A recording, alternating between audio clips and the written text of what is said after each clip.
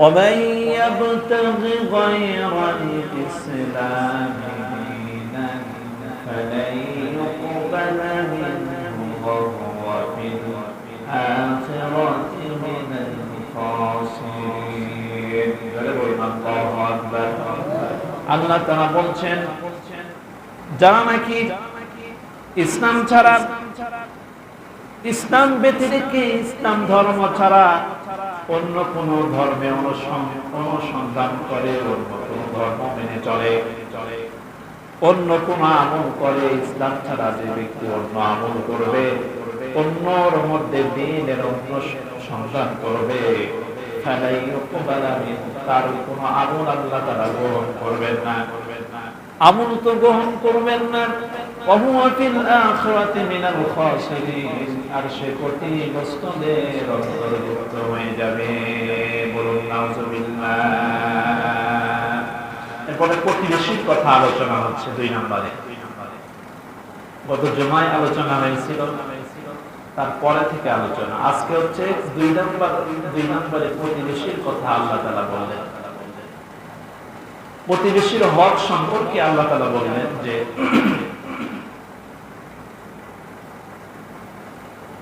ওয়ালিদিল কুরবা ওয়াল ইয়াতামা ওয়াল মাসাকিন ওয়াল জারি বিল কুরবা ওয়াল জারিল জুনুব। নিকটতম প্রতিবেশী, দূরবর্তী প্রতিবেশী। আমাদের বাড়ির আশেপাশে যারা বসবাস করে তাদেরকে আমরা সাধারণত প্রতিবেশী বলি। সর্বোচ্চ হচ্ছে 40 ঘর। আমার বাড়ির আশপাশ থেকে শুরু করে নিয়ে 40 ঘর পর্যন্ত যারা বসবাস করে তাদেরকে ইসলামের পরিভাষায় বলে প্রতিবেশী। প্রতিবেশীর হক, প্রতিবেশীর সাথে সদাচরণ করতে হবে। আপনার বাড়ির সাথে একজনের বাড়ি আছে এবং সে ঘর থেকে বের হবে অথবা তার জানালা বরাবর আপনি একটি টয়লেট দিয়েছেন, সে ঘর থেকে বের হবে, সেই জায়গায় টয়লেট দিয়েছেন, অথবা তার জানালা বরাবর একটা টয়লেট দিয়েছেন, অথবা সে যে রাস্তা দিয়ে যায় সেই রাস্তায় একটা টয়লেট দিয়েছেন। এটাকে আপনি ভালো বলেছেন না মন্দ বলেছেন?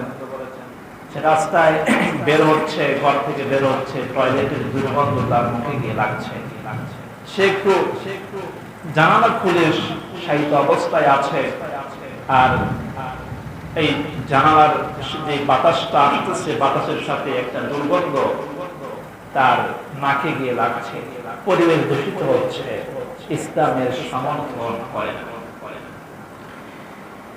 হুজুর আকরাম সাল্লাল্লাহু আলাইহি ওয়াসাল্লামকে প্রশ্ন করা হলো, এসে বললেন, সাহাবায়ে কেরাম বললেন, ইয়া রাসূলুল্লাহ, একজন মহিলা নামাজ ঠিকমতো পড়ে, দান সদকাও করে, কিন্তু তার অনিষ্ট থেকে তার প্রতিবেশী নিরাপদ নেই। ইয়া রাসূলুল্লাহ, সে তার প্রতিবেশীদেরকে ক্ষতি করে।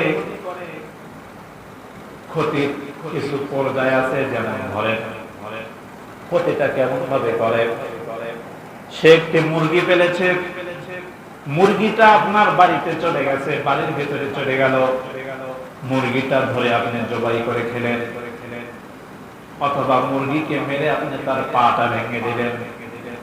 গরুটা একটা ছুটে গেল, গরুকে আপনি আঘাত করলেন।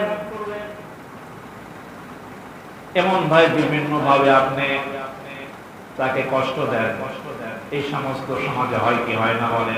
মুরগি একটা ছেড়ে দিলেন, হাঁস একটা ছেড়ে দিলেন, নিজের মনে করে জবাই করে খেলেন।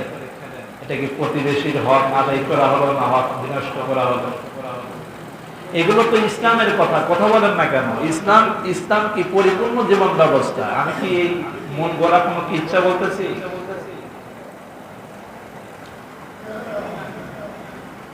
আল্লাহ পাক রব্বুল আলামিন প্রতিবেশীর হক আদায়ের কথা বললেন।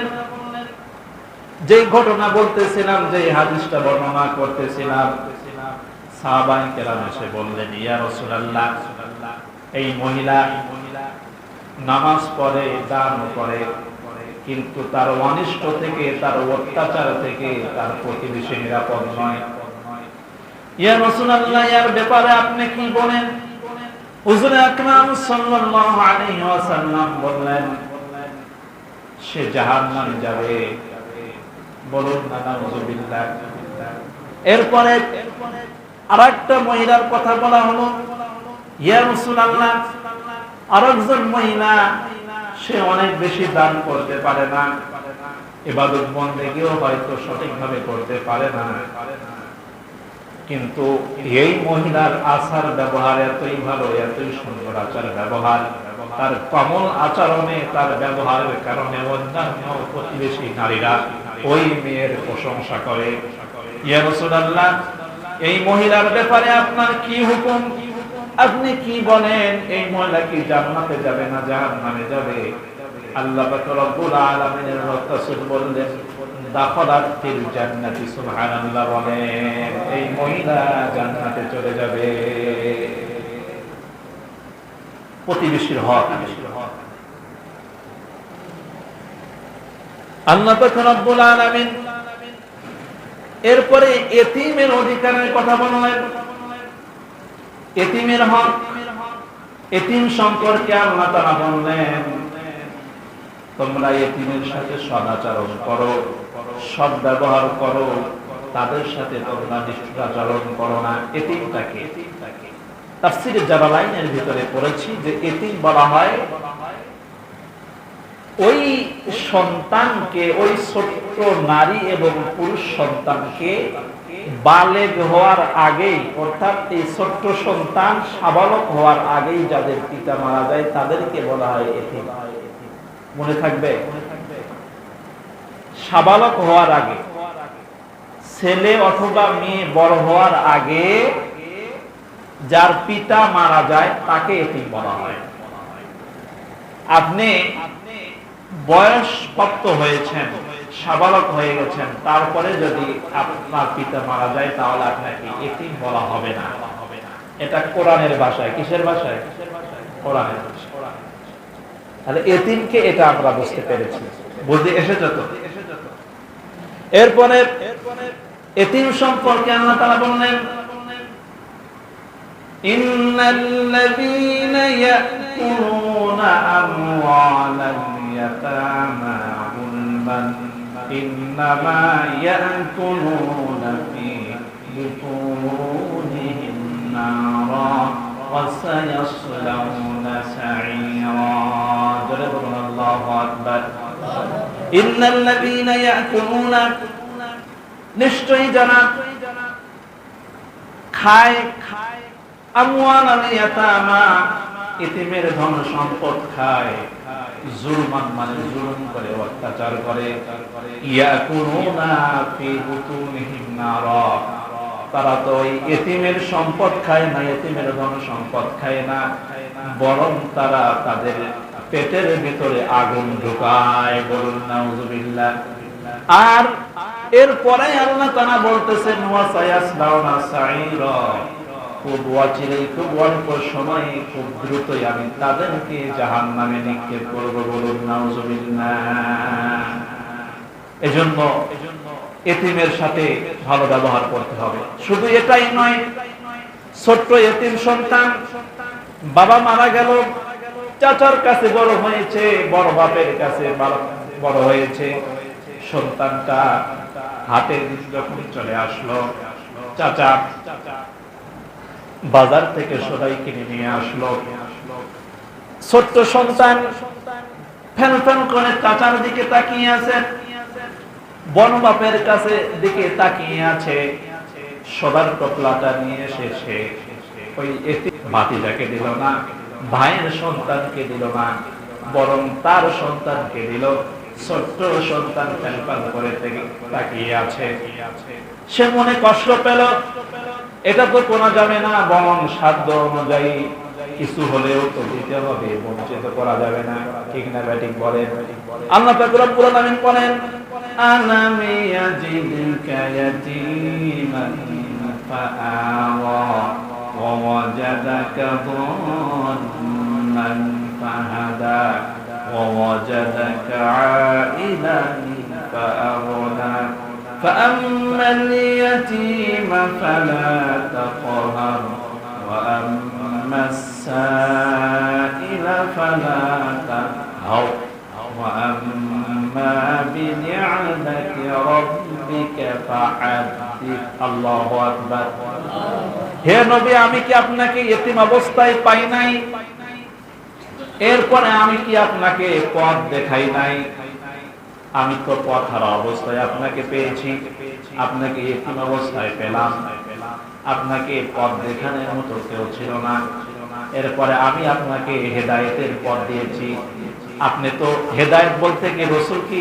পথভ্রষ্ট ছিল এটা না রাসূল সাল্লাল্লাহু আলাইহি সাল্লামকে নবুয়তি দিয়ে আল্লাহ তাআলা পথ দেখিয়েছেন এখন এর ব্যাখ্যা এক ওয়াজের ভিতরে দেখলাম যে এক বক্তা এইভাবে আলোচনা করেছে এর বক্তাকে ভুল ধরেছে যে রাসূল সাল্লাল্লাহু আলাইহি সাল্লাম কি পথভ্রষ্ট ছিলেন যে রাসূল সাল্লাল্লাহু আলাইহি সাল্লামকে পথ দেখিয়েছেন না রাসূল সাল্লাল্লাহু আলাইহি সাল্লাম তো পথভ্রষ্ট ছিলেন না বরং রাসূল সাল্লাল্লাহু আলাইহি সাল্লামকে পথেই ছিলেন আল্লাহ তাআলা নবুয়তি দিয়ে তাকে পথের দিশা দেখিয়েছেন বলুন সুবহানাল্লাহ এরপরে আল্লাহ তাআলা বললেন আমি আপনাকে নিঃস্ব অবস্থায় পেয়েছি এরপরে আমি আপনাকে সম্পদ দিয়েছি সুতরাং আপনি এতিমের সাথে রূঢ় আচার ব্যবহার করবেন না গলা ধাক্কা দিবেন না ভালো ব্যবহার করবেন কারণ আপনি তো এতিম ছিলেন ঠিক না ব্যাটিক বলেন তাহলে 2 নাম্বার 3 নাম্বার হচ্ছে এতিমের অধিকার 4 নাম্বার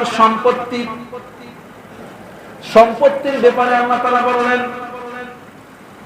সম্পত্তির অধিকার এটা কিন্তু এতিমের না যে কেউ সম্পত্তি যদি পায় সম্পত্তি তাকে ভালোভাবে বুঝিয়ে দিতে হবে আল্লাহ তাআলা বলছেন ওয়ালা তাকুলু আমওয়ালাকুম বাইনাকুম বিল বাতিল ওয়ালা তাকুলু আমওয়ালাকুম আর তোমরা তাদের সম্পত্তি খেও না বিল বাতিল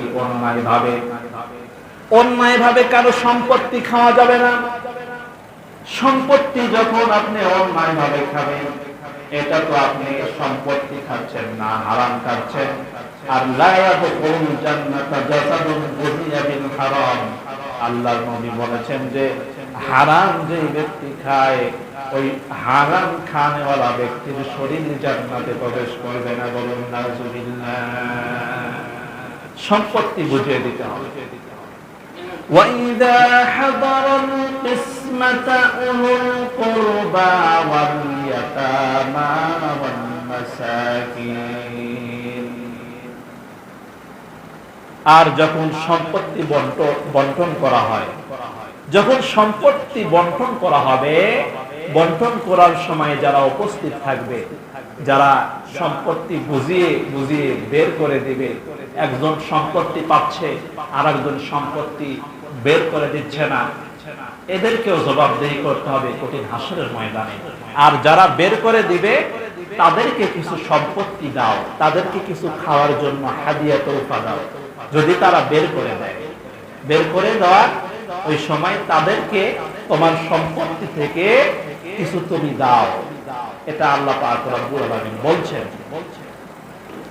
ইসলাম হচ্ছে পরিপূর্ণ জীবন ব্যবস্থা Islam is not only a religion but also complete for of life Islam হচ্ছে পরিপূর্ণ জীবন ব্যবস্থা ইসলামে সব পূর্ণভাবে আলোচনা করা হয়েছে